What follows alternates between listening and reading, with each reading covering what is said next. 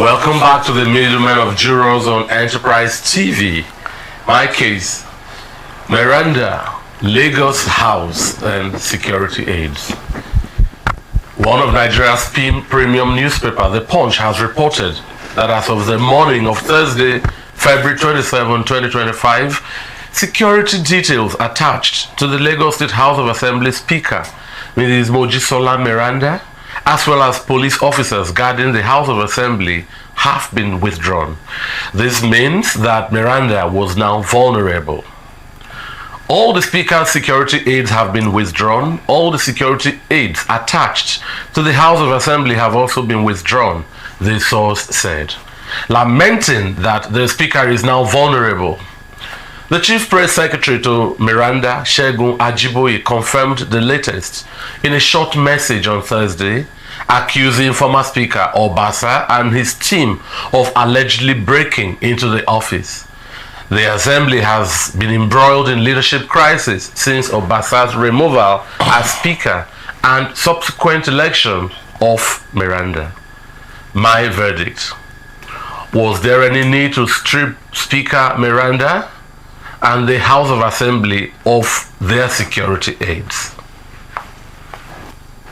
This is your verdict that you're asking us questions. Should you not be telling us? You should be telling us. You should be telling us now. Looking for answers. If you ask me, You go ask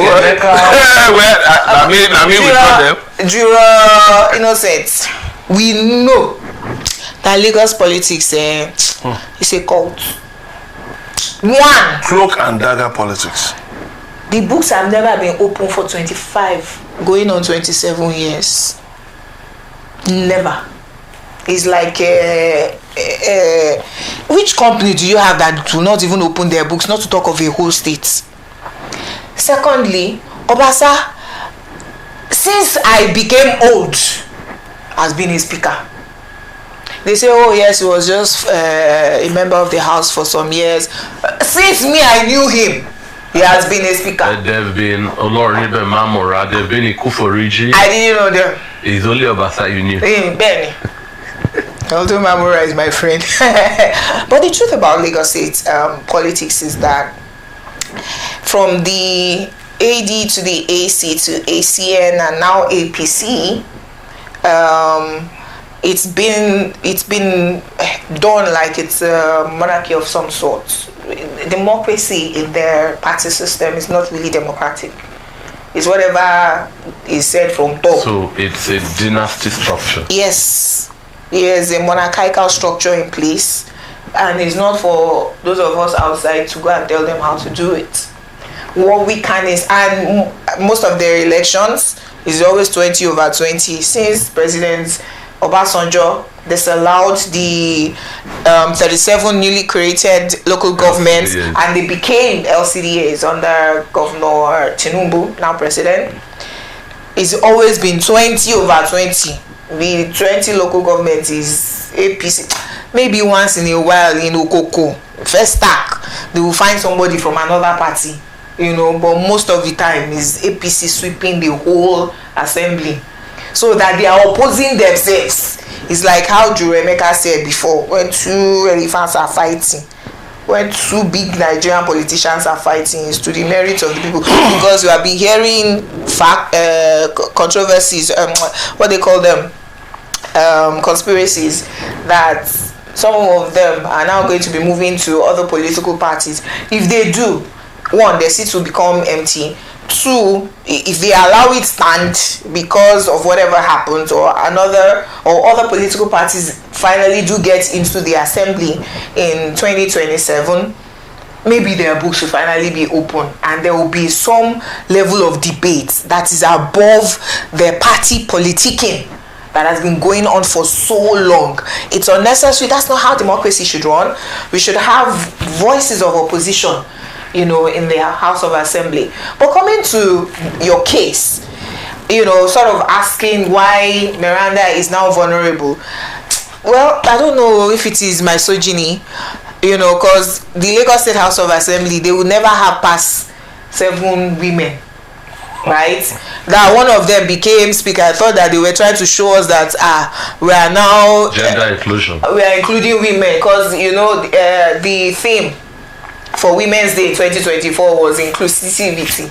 Maybe they were showing us that this Beijing conference that women have been shouting about, we're now giving you the floor. But why the desperation for Obasa to still hold sway within the house? I thought they had gone to have an APC caucus meeting where they agreed Obasa is gone, Meranda is gone, they will now have elections for a new speaker. I think we should allow peace reign. It's the same political party. They should just settle their matters in-house and leave us that are undergoing Tishigi alone. I have two takes on this matter. One, this has shown that it is actually the Tinubu presidency that is vulnerable. If, as president, Tinubu cannot simply call his people, after holding on to Lagos politics, since 1999, Tinubu cannot simply call his people and sit them down and appeal to them. As sitting president of the Federal Republic of Nigeria, who is he going to appeal to for 2027? Who? It shows that actually superior argument. It shows that actually he deserved to be beaten by Peter Obi in 2023. In 2023 presidential election. Yes, that he just sitting on a house of in cards. That there is no substance to it. If Obasa went to court to challenge his impeachment, he has a court for an accelerated hearing. At the same time, Obasa has now resorted to self-help, which is going to be defeated by the court. So what it means is that you cannot use moral suasion as the leader of the party in the whole of Nigeria. You cannot, as in definitely, or definitely say that, look, I want Obasa or I don't want Obasa. You held a meeting with the Governor's Advisory Council and other people some days ago where you laid out, you said, okay, that you are bothered about, a man succeeding Meranda. That, okay, is there any woman from Lagos West? They now told you is a Labour Party member who is a first-timer. That's a woman from Lagos West. So they are now considering some other people, one Ikotun, the other one Oshodi, and the rest of them. And then all of a sudden, Meranda's security aides are withdrawn. Which was a tactic we thought had gone with Obasanjo's era. It was a sign of desperation because one, Obasanjo was an outsider in Nigerian politics. Remember, he was in prison. Yep. During Abacha's time. Yep. So he was facing the hangman when by divine providence he came out. So it was just that the military, chose to put Obasanjo in power. Babangida. So, so the withdrawal of security aids and all was all, something we thought had gone with the military. Anyway, no, with Obasanjo. Militarized democracy. Now, Obasa breaking into saying that I have come back to take what is mine. What is his? So what it tells you is that the Tinubu presidency has not risen beyond the ordinary partisanship. You know what Erufai said the other day? Base level. Base level politics. Talking about Omoluabi and Agbero. Anyway, but why I'm asking this? No, which is a sad thing. Because if Lagos, as regarded as the center of excellence, does not have Omoluabis. Yes, cannot actually, the leaders cannot actually decide that. If you want Obasa back, why? It should be the president's prerogative. Why did you remove him in the first instance? In the first instance. Look, this whole thing. His removal ought to stand. If they had good basis, they did it legally. This thing is. It was not legally. This is a huge dent on Tinubu's presidency. And let me tell you something. With what is going on in the north and the nonchalance of the south, of the southeast and the south, it will be difficult for him, because I don't know. Sir, let's not argue this thing now. Did he win this or that one? Let's leave that. My position is this: in the back and forth of Obasako, what is the offense of Speaker Meranda to be stripped offer. No, but we have spoken about it now. It's desperation. And then secondly, it's desperation to hold on to Lagos power. used to be Center of excellence. Yes, I think they are losing or have lost that template nationwide. That house that people look up to. And like you said, there have been nuances, loud whispers that perhaps Lagos stabilizes when President Tinubu is nearby. Abuja may have been now. Did they not lose Lagos State to Peter I'm talking Obi? of the Lagos House of Assembly. I'm saying and their that operationalism. their presidential, President Tinubu was president of Lagos for many years after being governor and holding Lagos State. So he was governor and president. Yes, because after being governor, he's the one. He was a country unto himself. Lagos would have been a country in 18. Unto himself, he was the one putting in governors. He nearly removed Fashola from his second term. But they say, they don't want you, and Ambode is gone. Now, isn't it his Omoluabi? Let me just say it like that. That is governor. So that he lost that his country during presidential elections. It says a lot.